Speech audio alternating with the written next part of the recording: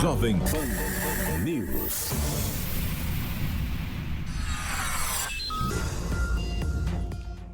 Vamos falar agora sobre educação. A gente vai falar um pouquinho sobre os direitos, gente, dos estudantes que têm alguma necessidade especial, né? Quais são os direitos dessas crianças, né? Tem direito a um cuidador? Tem direito a um cuidador na escola pública e na escola privada? Ou não, né? Quais são os direitos, então? A gente vai conversar agora com a Fernanda Mapa, ela é psiquiatra infantil e a gente vai conversar um pouquinho então sobre educação para as pessoas com necessidades especiais. Bom dia, Fernanda. Ei, Fernanda. E tudo bem, Patrícia? Tudo ótimo. Fernanda, a gente está no início, né, praticamente do ano escolar. Algumas escolas começaram o ano um pouquinho antes do carnaval, algumas agora depois do carnaval, mas de fato é que agora já está todo mundo ali no ritmo e a gente acompanhou nos noticiários aqui nesses últimos dias de pais reclamando que tem um filho com uma necessidade especial e que não tem um cuidador. Teve pai que tá indo para a escola na fase da alfabetização, para poder auxiliar o filho que precisa de um cuidado especial. Vamos explicar para os nossos ouvintes, né? Vamos entender um pouquinho, aprender como é que funciona a questão É um cuidador que a gente fala quando uma criança que já está na fase da alfabetização precisa de um acompanhante ali na escola? Bom dia a todos, né? Inicialmente, na verdade, o termo cuidador é um termo que ficou mais popular, Uhum. tá? Mas a lei, ela não traz uma qualificação precisa de quem seria exatamente esse cuidador, essa figura de cuidador. Uhum. Algumas crianças, né, com necessidades escolares especiais, elas vão demandar uma atenção voltada e direcionada às questões físicas. Uma criança com uma deficiência motora importante vai Uhum. precisar de um cuidador que possa fazer essa locomoção, por exemplo, ou vai precisar de cuidados de autocuidado, autohigiene, por Uhum. exemplo, cuidados de higiene, de alimentação. Outras crianças, por exemplo, algumas crianças dentro do espectro do autismo, Uhum. elas andam, muitas vezes falam, com alguma dificuldade ou não, mas elas conseguem, não obrigatoriamente elas vão ter essas necessidades com relação à locomoção, à autohigiene, a cuidado Uhum. pessoal de maneira geral, tá? O que ela vai precisar seria de um profissional especializado, que inclusive é o que fala, que rege a lei, Aham. né? Seria um profissional especializado. Esse profissional especializado não está na lei clara que seria um estagiário. Uhum. Na grande maioria dos casos, o que a gente observa é a presença, né, de estagiários, Aham. sob supervisão ou não, aí eu não saberia dizer se Aham. tem a supervisão ou não de alguém especializado em educação especial, tá? Então, assim, dentro da sala de aula, você tem a figura do professor regente, que é aquele professor que a gente sabe que é para todas as crianças e tudo mais, e você teria que ter uma pessoa destinada para uma criança com necessidade especial. Ah, Fernanda, mas agora a gente tem aí uma sala com 10 crianças com necessidade, com laudo de necessidade especial. Então, ela vai ficar com as 10 crianças vão ficar com 10 cuidadores? Não obrigatoriamente, isso vai depender do que o corpo pedagógico entender como importante, como necessário. Mas Uhum. muitas vezes pode ser necessário, sim, uma criança para um profissional de educação especial. Uhum. Depende exatamente do caso a caso, do que está sendo solicitado, inclusive do que está sendo pedido e qual a demanda que aquela criança vai ter. Tem Uhum. criança que vai demandar um cuidado muito maior, porque ela entra em crises, ela tem episódios de agressividade, de auto e heteroagressividade, ela se descontrola, tem um descontrole emocional um pouco maior do que as outras crianças, ela tem um tempo de mesa, né, um tempo de espera, aquele tempo de ficar fazendo a tarefinha ou ficar sentado, muito reduzido. Nesse caso, o que acontece? Ela precisa sair, ela sai da sala ou ela deambula, fica andando pela sala, isso atrapalha as outras crianças, né? Ou então ela vai para o parquinho, prefere ficar no parquinho. enfim, são várias adaptações que precisam ser feitas e muitas vezes essas adaptações passam por esse, né, entre aspas, cuidador, Aham. pelo auxílio, né, no Uhum. caso. Porque, teoricamente, também, toda criança que está em educação especial, ela estaria, ou ela precisa estar, seguindo um PEI escolar, que Ah. é um plano educacional individualizado. Aham. E ali tem as normativas do que precisam ser feito, do que precisa ser trabalhado, Uhum. né? Ô, Fernanda, e com relação a esse cuidador, né? Você falou que tem lugar que coloca, né, um estagiário, mas por que a gente sempre noticia essa questão da falta do cuidador? Falta educadores com essa especialidade? Por que essa dificuldade é encontrada nas escolas? Patrícia, Hum. eu voltei para Vitória da minha residência em 2009, Uhum. tá?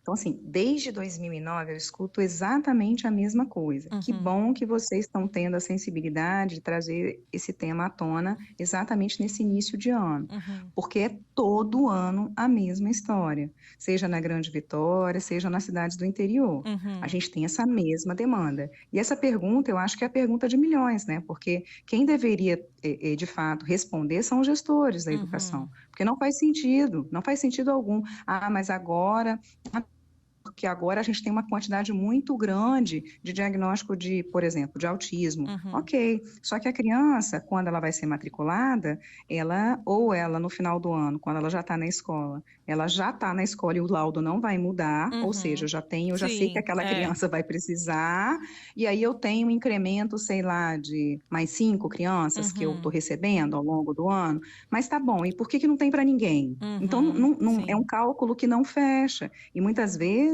a gente vai esperar para ter esse cuidador, esse profissional, em abril. Uhum. Ah, mas porque tem a questão da contratação, tem a questão, né, tem que abrir concurso, geralmente os concursos são de um ano, mais um ano, nunca é efetivo, também Uhum. tem isso, então Sim. são contratos temporários que são renovados muitas vezes por 2 anos, né, ficam 2 anos, e tem isso também, que é mais um agravante, porque, Patrícia, a maioria dessas crianças, primeiro, elas têm uma dificuldade na questão da socialização, da Uhum. interação, da criação de vínculo. E aí, ela vincula com o profissional X e no ano seguinte ela já vai ser submetida a uma troca de escola, muitas vezes, ou a quebra de rotina por estar voltando de férias, Uhum. e a outro profissional que vai ficar mais próximo dela, né? Uhum. Então, são várias variáveis que mais atrapalham do que ajudam. Então, se a gente Uhum. pudesse reduzir essas variáveis, com certeza a adaptação dessas crianças seria com muito mais facilidade, né? E, lógico, o conforto das famílias também seria muito maior. Você chegou a tocar nesse assunto, mas eu vou pedir para você detalhar um pouquinho essa questão de se em uma turma tem 3 crianças que precisam de um auxílio, de um educador especial. Pode ser um só educador, cuidador para essas 3 crianças? Vai depender ali de cada situação? Como é que a gente pode identificar se eu preciso pedir um auxílio, por exemplo, se na minha turma na turma do meu filho tem mais crianças com essa necessidade, eu posso falar, olha, um só não está dando conta, eu preciso de mais um. Como é que funciona essa questão da quantidade por aluno? A lei, ela não fala na lei, teoricamente, Ah. seria 1 para 1, Uhum. tá? Só que existem níveis diferentes de necessidade entre as próprias crianças, né? Então, e aí eu não estou falando só de autismo, eu estou falando de todas as outras condições Sim. também.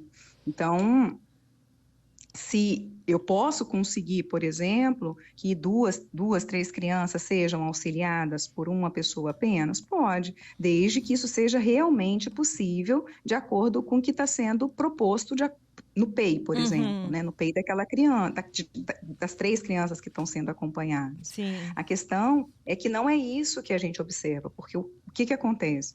Para eu ter uma criança incluída dentro do ambiente escolar de forma plena, né? Ela precisa no contraturno, está inserida em intervenções multidisciplinares, interdisciplinares, como queiram chamar. Ou seja, fazendo a psicologia, fazendo fonoaudiologia, fazendo fisioterapia, terapia ocupacional, fazendo uma atividade física que desenvolva a questão motora, que melhore a coordenação motora fina e grossa. Enfim, são 1000 situações, 1000 demandas diferentes para auxiliar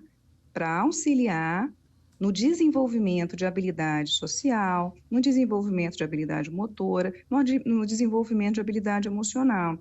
Estando essa criança inserida em todos esses ambientes, conseguindo ter um bom desempenho e evoluindo, com certeza vai ter mais tranquilidade no ambiente escolar.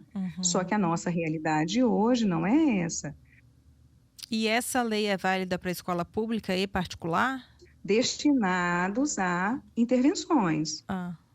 E ainda, por cima, essa deficiência, tá, no serviço de tutoria, curadoria, enfim, de auxílio de um cuidador no ambiente escolar. Então, não é o ambiente escolar o problema, né? A gente tem um problema muito maior. E, Fernanda, essa lei ela é para a escola pública e particular? Com certeza. Com certeza, não há uma distinção não há uma distinção de lei em relação à escola ser pública ou privada, tá?